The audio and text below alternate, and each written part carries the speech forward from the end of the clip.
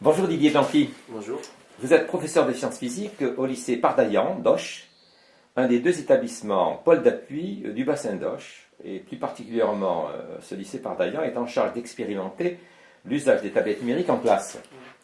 Vous êtes animateur KISS et donc bien sûr référent numérique de ce lycée. Mais en quoi consiste cette expérimentation? Alors, cette expérimentation est une expérimentation qui est pilotée par le rectorat et qui consiste à équiper tous les élèves d'une classe de seconde d'une tablette numérique de type iPad 2. iPad 2, c'est Apple. Et qui a choisi ce matériel? Alors c'est essentiellement moi avec l'équipe technique du lycée qui assure la maintenance. Il n'y a pas eu de décision en dehors de l'établissement, si je comprends bien. Non, donc c'est un choix local. C'est un choix après des tests de plusieurs tablettes en juin dernier. Vous les avez testés? On a testé 3 tablettes. Mais il n'y a pas que les élèves qui ont la tablette. Les enseignants ont également la tablette, bien sûr. Et dans l'établissement, qui a une tablette aussi? Le documentaliste, donc je fais partie des enseignants, donc toute l'équipe éducative et tous les élèves. Très bien. Bon, alors, vous nous dites que cette expérimentation est menée par tous les professeurs de la classe. Est-ce à dire qu'ils ont tous été volontaires? Alors, ils ont... Oui et non, en fait. On a, dès l'an dernier, cherché une équipe de professeurs volontaires. On l'a trouvé sans problème.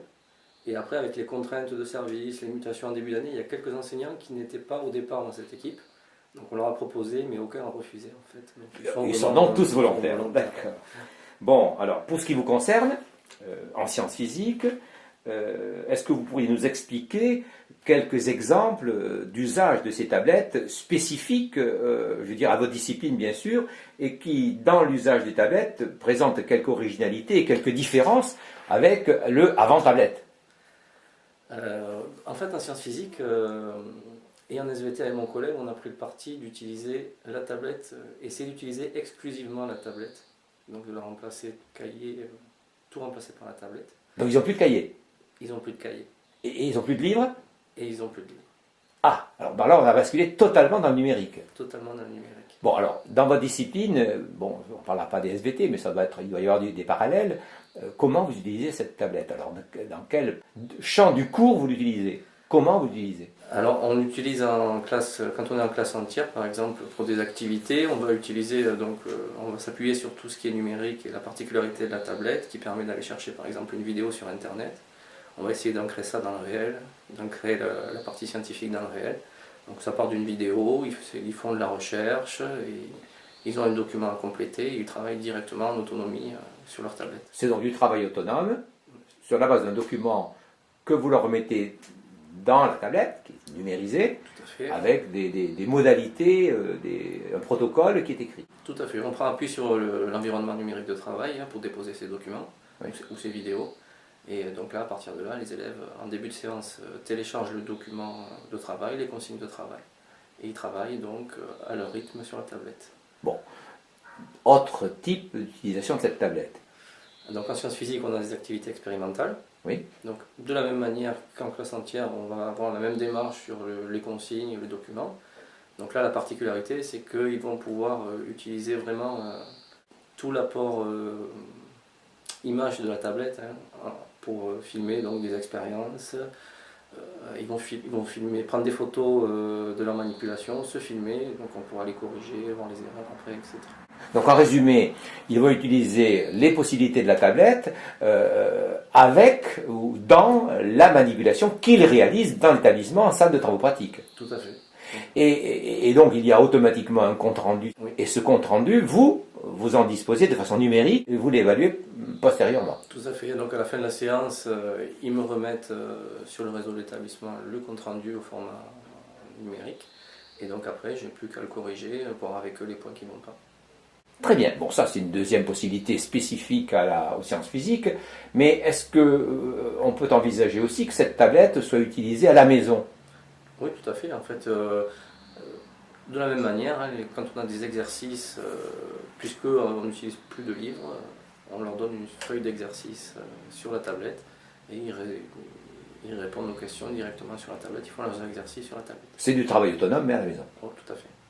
Très bien. Est-ce qu'on pourrait avoir quelques exemples je ne sais pas, on va prendre peut-être une manipulation que vous leur avez donné à faire en classe récemment et pour laquelle ils vous ont donné des comptes rendus. Est-ce que vous avez un exemple? Oui, j'ai un exemple récent qui est une manipulation de chimie qui est très jolie, qui est la bouteille bleue. Alors, c'est quoi une bouteille bleue? Expliquez-nous. Alors, une bouteille bleue, c'est une solution dans laquelle on met du glucose en milieu basique avec du bleu de méthylène.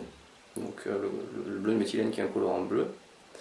Et donc, le glucose va réagir donc, avec le bleu de méthylène et donc ça va se décolorer. D'accord. Donc en fait, quand on mélange du bleu de méthylène et du glucose, En milieu basique, voilà, ça se le décolore. bleu de méthylène devient incolore. Voilà. Ce qui est très ludique pour les élèves, c'est que une fois qu'elle est incolore, moi, je m'amuse à passer derrière, je secoue la bouteille et elle redevient bleue. Donc là, Problème. problème. Alors l'objectif, c'était pas de comprendre la réaction, parce que c'est un peu compliqué pour les élèves, mais c'était en fait, on venait d'attaquer la notion de quantité de matière, de mol en chimie. C'était d'élaborer le protocole pour passer donc de ces quantités de matière à une pesée, donc à une pesée directe de réactifs. Donc on utilise le champ ludique pour que la chimie soit introduite. Et l'appareil devient en fait un outil ludique. Mais l'appareil devient également un outil ludique parce que là ils prennent des photos, mais encore plus des vidéos, et il y a des petits commentaires derrière, on voit que vraiment ils s'amusent à faire cette Bon, expérience. vous pouvez nous montrer ça? Tout à fait, ouais. Donc voici un fichier que j'ai fourni aux élèves donc, dans le cas du TP sur la bouteille bleue. Donc j'avais commencé par projeter pour que ce soit bien ludique une bande dessinée. Et donc de cette bande dessinée, il devait extraire la problématique qui est donc ici à rédiger dans le cadre qui est là. Donc ils ont la consigne qui est là et le cadre réponse ici. D'accord. Voilà. Donc une fois la problématique posée, ils élaboraient une solution, toujours le même principe, consigne, réponse. Le protocole de la même manière à élaborer.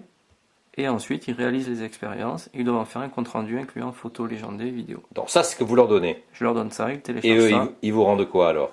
Alors, qu'est-ce qu'ils me rendent? Allez-y, on y va, on cherche. On cherche. On va revenir ici. Donc, voilà. Donc c'est le cas d'un élève, ça, C'est particulier? une élève, je l'ai pris. Voilà. Je viens de la... Ouais, elle est on va pas donner son nom. Non, elle n'a pas été corrigée encore. Il n'a pas été corrigé. Donc, la problématique ici est la réponse de l'élève. D'accord.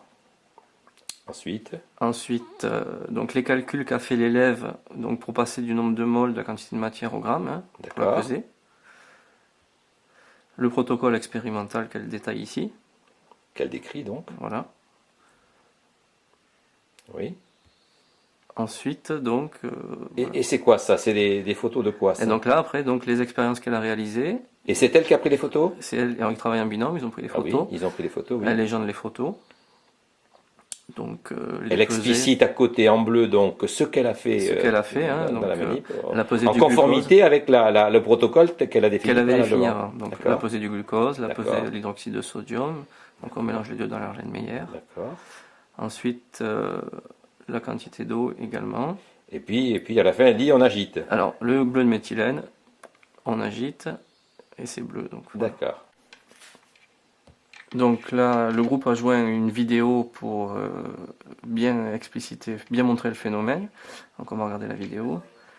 Donc la bouteille qui était bleue au départ, on voit la décoloration du bleu de méthylène. Donc, la bouteille devient incolore. Elle réagite. Et comme elle l'explique, donc en agitant, le dioxygène va donc redonner la couleur bleue à la solution. Voilà. Oui, mais elle écrit à la fin, quand il n'y aura plus de glucose, le liquide ne redeviendra plus bleu. Oui, c'est donc exact? Là, non, il y a un petit problème.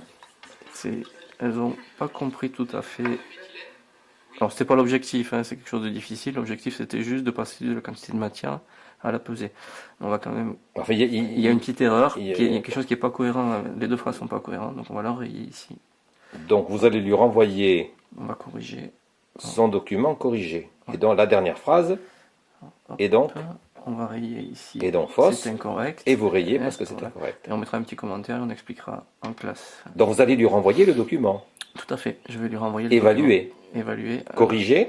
Corriger. Et noter. Noter. Ce TP est évalué. Donc ce TP, il a été évalué de la façon suivante. Une partie directement sur la tablette avec un fichier Excel sur la partie manipulation, donc sur les pesées. Et donc le compte rendu qui fera le complément à la note.